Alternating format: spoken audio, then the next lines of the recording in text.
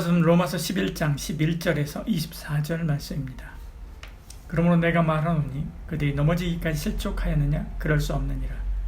그들이 넘어짐으로 구원이 이방인에게 이르러 이스라엘로 시기나게 함이니라. 그들의 넘어짐이 세상의 풍성함이 되며 그들의 실패가 이방인의 풍성함이 되거늘 하물며 그들의 충만함이리요. 내가 이방인인 너희에게 말하노라. 내가 이방인의 사도인 만큼 내 직분을 영광스럽게 여기노니 이는 혹 내 골육을 아무쪼록 시기하게 하여 그들 중에서 얼마를 구원하려 함이라. 그들을 버리는 것이 세상의 화목이 되거든 그 받아들이는 것이 죽은 자 가운데 살아나는 것이 아니면 무엇이리요. 제사하는 처음 익은 곡식가루가 거룩한즉 떡덩이도 그러하고 뿌리가 거룩한즉 가지도 그러하니라. 또한 가지 얼마가 꺾이었는데 돌 감람나무인 내가 그들 중에 접붙임이 되어 참 감람나무 뿌리에 진액을 함께 받은 자가 되었은즉 그 가지들을 향하여 자랑하지 말라. 자랑할지라도 내가 뿌리를 보전하는 것이 아니요 뿌리가 너를 보전하는 것이니라. 그러면 내 말이 가지들이 꺾인 것은 나로 접붙임 받게 하려 함이라 하리니 옳도다. 그들은 믿지 아니함으로 꺾이고 너는 믿음으로 섰느니라. 높은 마음을 품지 말고 도리어 두려워하라. 하나님이 원가지들도 아끼지 아니하였은즉 너도 아끼지 아니하시리라. 그러므로 하나님의 인자하심과 준엄하심을 보라. 넘어지는 자들에게 준엄하심이 있으니 너희가 만일 하나님의 인자하심에 머물러 있으면 그 인자가 너희에게 있으리라. 그렇지 않으면 너도 찍히는 바 되리라. 그들도 믿지 않은데 머무르지 아니하면 접붙임을 받으리니 이는 그들을 접부실 능력이 하나님께 있음이라. 내가 원 돌감람나무에서 찍힘을 받고 본성을 거슬려 좋은 감람나무 접붙임을 받았으니 원가지인 이 사람들이야 얼마나 더 자기 감람나무에 접붙이심을 받으랴. 아멘. 여러분 과일 좋아하십니까? 나무 하나에서 사과, 배, 감, 살구, 자두, 체리 우리가 먹는 모든 과일의 열매들을 맺을 수 있다면 얼마나 좋겠습니까? 이 사진은 뉴욕의 시라큐스 대학의 미술학과 교수인 샘 반 에이켄 씨의 홈페이지를 캡처한 것입니다. 그가 2008년에 우연히 뉴욕의 한 과수원을 방문했는데 거기서 200년이 넘은 나무들과 씨앗이 방치된 것을 보고 이것을 다시 가꾸어야 되겠다라고 생각하게 됩니다. 과수원을 구입해서 살펴보면서 한 가지 실험을 하게 되는데 여러 나무의 가지들을 한 나무에 접목시키는 것이었습니다. 그래서 40가지 과일이 자라는 나무를 만들었죠. 16그루를 재배해서 현재는 뉴멕시코, 뉴저지, 켄터키주, 뉴욕 여러 곳에서 전시하고 있다고 합니다. 오늘 읽은 성경은 마치 나무를 접붙인 것처럼 우리 구원의 원뿌리는 유대인임을 이야기합니다. 우리는 거기에 접붙임 받은 자들이다 라고 하는 설명입니다. 그들이 원가지이고 원뿌리임에도 불구하고 지금 유대인들은 구원에서 실패한 것처럼 보입니다. 예수님을 십자가에 못 박아 죽게 했고 교회를 핍박하는 주범이 유대인입니다. 그래서 유대인은 구원에서 떨어지는 것처럼 보입니다. 그러나 바울은 그렇지 않다라고 말합니다. 하나님은 실패하지 않습니다. 11절에 말씀하죠. 그러므로 내가 말하노니 그들이 넘어지기까지 실족하였느냐? 그럴 수 없느니라 말씀합니다. 그들이 넘어지지만 다 넘어지지 않고 남은 자가 있게 하십니다. 아합과 이세벨 시대에 7,000명을 남겨두셨듯이 유대인이 넘어지지만 다 넘어지지 않고 베드로와 요한과 야고보와 마태와 마가와 누가 바울 12제자들 이런 사람들 이런 다 유대인 아닙니까? 그들을 남겨둔 것이지요. 이 시대의 교회가 타락하고 성도들이 믿음에서 떠난 것 같아도 반드시 남겨두시는 자들이 있습니다. 11절에 하나님이 자기 백성을 버리셨느냐? 그럴 수 없느니라 말씀하죠. 저와 여러분이 그런 그루터기가 되기를 축복합니다. 샘 반 에이켄의 마법의 나무도 원 그루터기가 없으면 시작할 수 없듯이 다음 하나님의 역사를 이루어 가기 위해서 남겨두신 그루터기가 있습니다. 우리는 다음 세대를 위해서 하나님께서 남겨두신 생명의 그루터기 있죠. 학교교회를 통해서 기독교사를 세워가고 일터교회를 통해서 일터선교사를 양성하고 마을교회를 통해서 지역 선교를 감당해야 됩니다. 이것이 바로 우리가 받은 사명이고 또한 비전입니다. 하나님은 실패하지 않으실 뿐만 아니라 합력해서 선을 이루어 가시죠. 하나님은 그 넘어짐을 통해서 다음 일을 하시는데 바로 이방 선교였습니다. 11절 후반절에 이렇게 말씀하죠. 그들이 넘어짐으로 구원이 이방인에게 이르러 이렇게 말씀합니다. 유대인의 넘어짐으로 이방인 구원의 포문이 열린 것이죠. 지금 이 로마서를 읽고 있는 첫 번째 독자들도 바로 이방인들이 대부분입니다. 그래서 11절에 유대인들을 가리켜서 그들이라고 표현하고 있는 거죠.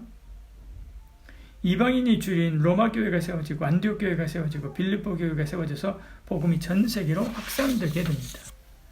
그래서 12절은 그들의 넘어짐이 오히려 세상의 풍성함이 되었다라고 이야기합니다. 12절에 그들의 넘어짐이 세상의 풍성함이 되며 그들의 실패가 이방인의 풍성함이 되었거늘 그렇게 말씀하지요. 하나님께서 촛대를 유대인에게서 이방인에게로 옮긴 것입니다. 그리고 거기서 복음이 번성하게 하신 거죠. 예루살렘 교회가 원래 번성했습니다. 주님의 마지막 지상 명령대로 유대와 사마리아와 땅끝까지 나가서 그들이 복음을 전해야 되는데 그들은 예루살렘에서 나갈 생각을 안 하고 있었습니다.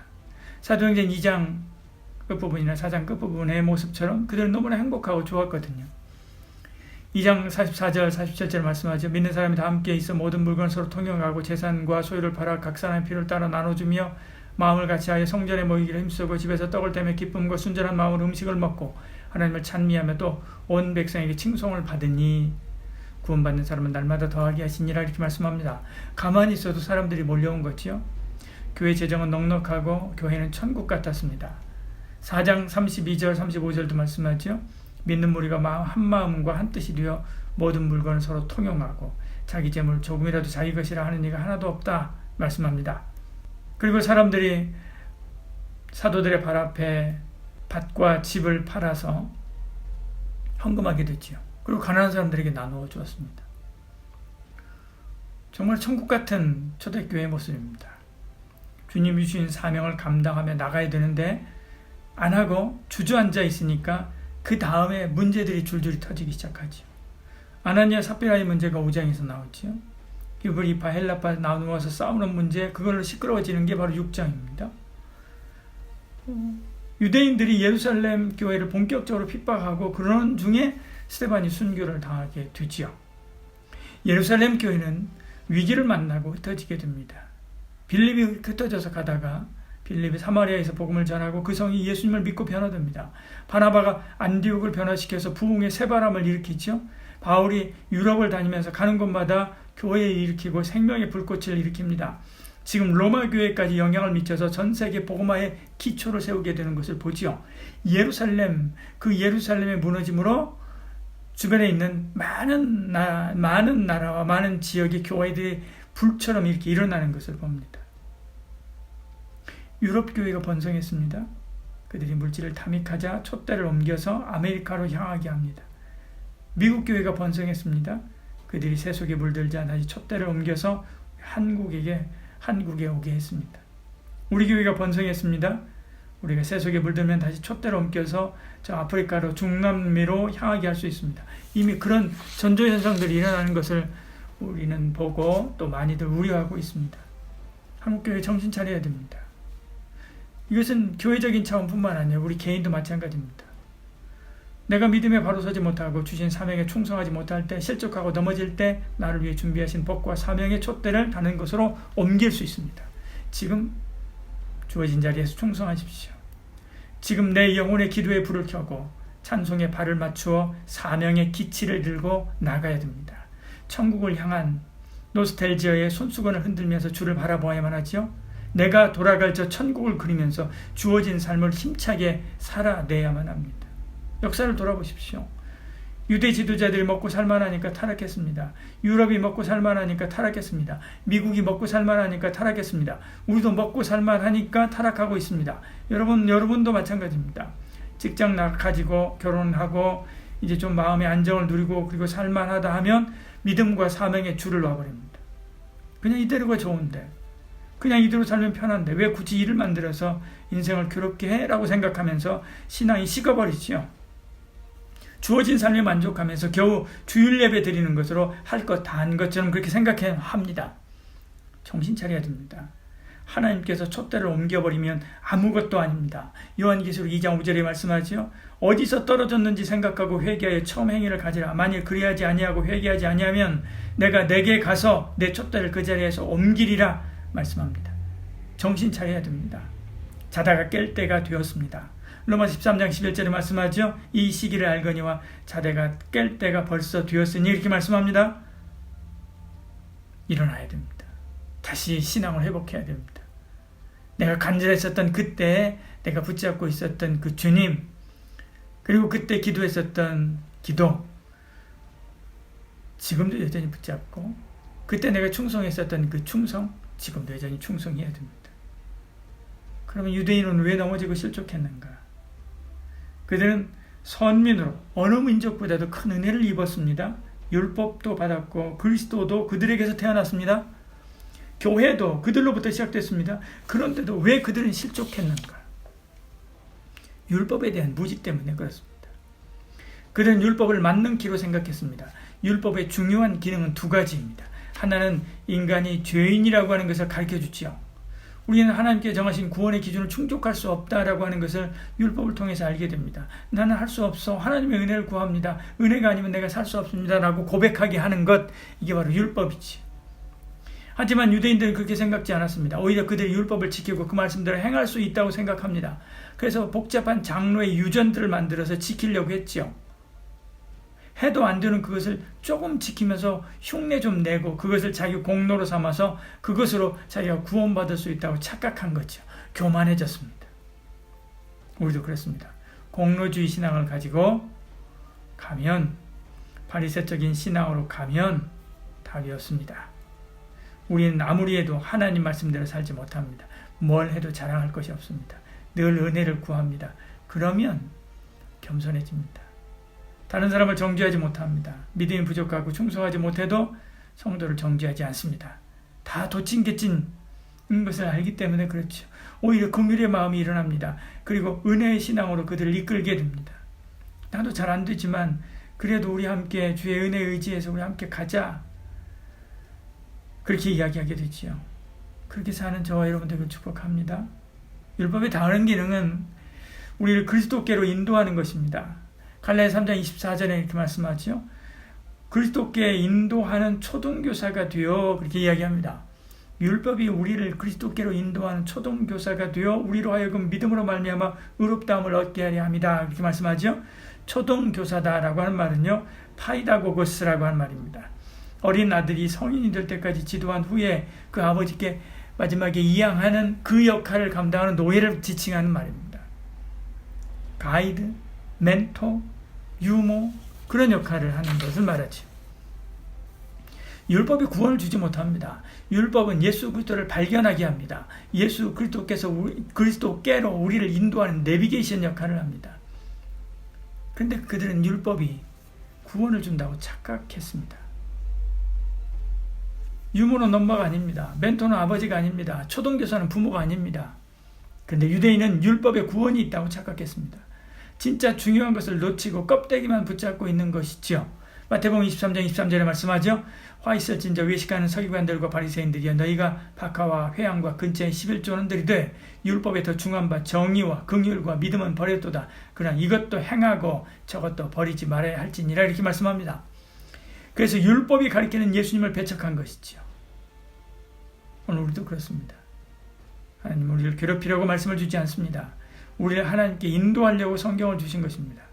성경 안에서 예수님을 찾으시길 바랍니다. 하나님의 사랑을 만나시길 바랍니다. 하나님의 뜻과 인도하심을 찾아야만 합니다. 성경을 통해서 하나님과 깊이 있는 교제를 하고 성경을 통해서 예수님과 더 깊이 알고 사랑해야 되지요. 성경 지식이 아닙니다. 하나님은 우리에게 성경 지식을 주시려고 하는 것이 아니라 성경을 통해서 우리를 만나려고 하는 것이죠. 이야기하려고 하시는 것입니다. 성경 암송하지 않아도 됩니다. 중요한 것은 성경을 놓고 하나님과 주님과 더 깊이 있는 사귐 가지는 것이지. 만일 그러지 않고 유대인처럼 살면 하나님께서 우리도 역시 내칩니다. 21절에 말씀하죠. 하나님의 원가지들도 아끼지 아니하였은즉 너도 아끼지 아니하시리라 이렇게 이야기합니다. 원가지도 아끼지 않았는데 접붙인 우리라고 내버려 두시겠느냐는 것이죠. 그러므로 자랑할 것이 하나도 없습니다. 18절에 말씀합니다. 그 가지들을 향하여 자랑하지 말라 말씀하죠. 마지막으로 이스라엘은 이렇게 넘어지고 그것으로 끝날 것인가? 그렇지 않습니다. 그들은 이방인을 시기하기 시작합니다. 11절에 끝부분에요. 이방인에게 이르러 구원이 이방인에게 이르러 이스라엘로 시기나게 함이니라 이렇게 말씀합니다. 그 증거로 복음이 가는 곳마다 가서 복음을 전할 때마다 예수 믿는 사람들을 핍박한 사람이 바로 유대인입니다. 바울은 유대인이지만 이방인을 전도해서 교회를 세웠습니다. 유대인들은 그들이 믿는 것은 자기들이 믿는 것과 다르다라고 선을 그었습니다. 그런데 왜 괴롭힙니까? 그것도 목숨 걸고 괴롭히고 죽이려고 합니까? 쫓아다니면서까지 핍박합니까? 그럴 일이었습니다. 그런데도 불구하고 그들이 그런 것은 시기가 나서 그런 거죠. 지금도 그렇습니다. 유대인들은 이스라엘에 사는 기독교인들을 현상수배범처럼 포스터를 만들어서 공유하고 그리고 그들에게는 물건도 팔지 않는다고 합니다. 슈퍼에도 식당에도 약국에서도 이것을 붙여놓고 상종을 안 한다고 하죠. 생활은 힘듭니다. 만일 그들이 기독교가 아니라 불교를 믿거나 도교를 믿는다고 해서 저렇게 핍박할까요? 그렇지 않습니다. 기독교인들에게는 유독 이렇게 강하게 하는 거죠. 그것은 아직도 유대인이 이방인인 우리가 하나님을 알고 믿어 구원받은 것에 대해서 시기하고 있기 때문에 그런 것입니다. 그러나 그것으로 끝이 아닙니다.